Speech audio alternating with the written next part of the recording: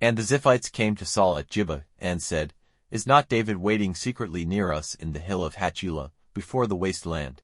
Then Saul went down to the waste land of Ziph, taking with him 3,000 of the best men of Israel, to make search for David in the waste land of Ziph.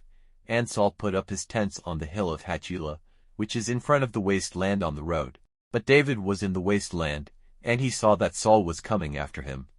And so David sent out watchers, and got word from them that Saul was certainly coming. And David got up and came to the place where Saul's tents were.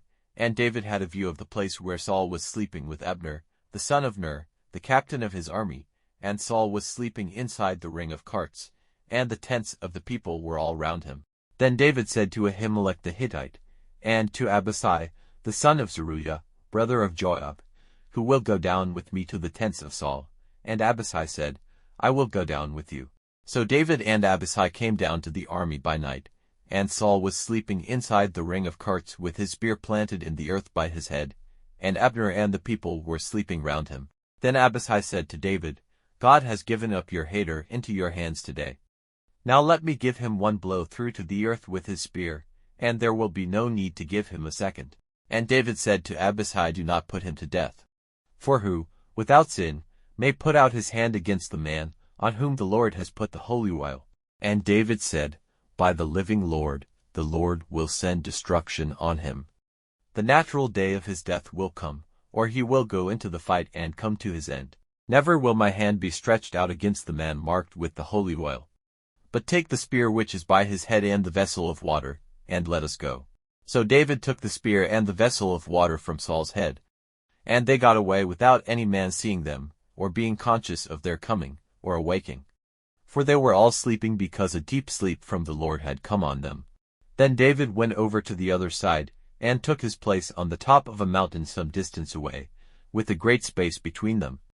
And crying out to the people and to Abner, the son of Ner, David said, Have you no answer to give, Abner?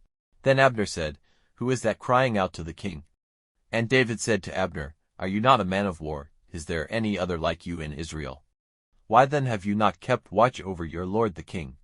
For one of the people came in to put the king your lord to death. What you have done is not good. By the living Lord, death is the right fate for you, because you have not kept watch over your lord, the man on whom the Lord has put the holy oil. Now see, where is the king's spear, and the vessel of water which was by his head? And Saul, conscious that the voice was David's, said, Is that your voice, David, my son? And David said, It is my voice, O my lord king. And he said, Why does my lord go armed against his servant? What have I done, or what evil is there in me? Let my lord the king give ear now to the words of his servant. If it is the Lord who is moving you against me, let him take an offering. But if it is the children of men, may they be cursed before the Lord, for driving me out today and keeping me from my place in the heritage of the Lord, saying, Go, be the servant of other gods. Then do not let my blood be drained out on the earth away from the face of the Lord, for the king of Israel has come out to take my life, like one going after birds in the mountains. Then Saul said, I have done wrong. Come back to me, David my son. I will do you no more wrong, because my life was dear to you today truly. I have been foolish and my error is very great. Then David said, Here is the king's spear. Let one of the young men come over and get it.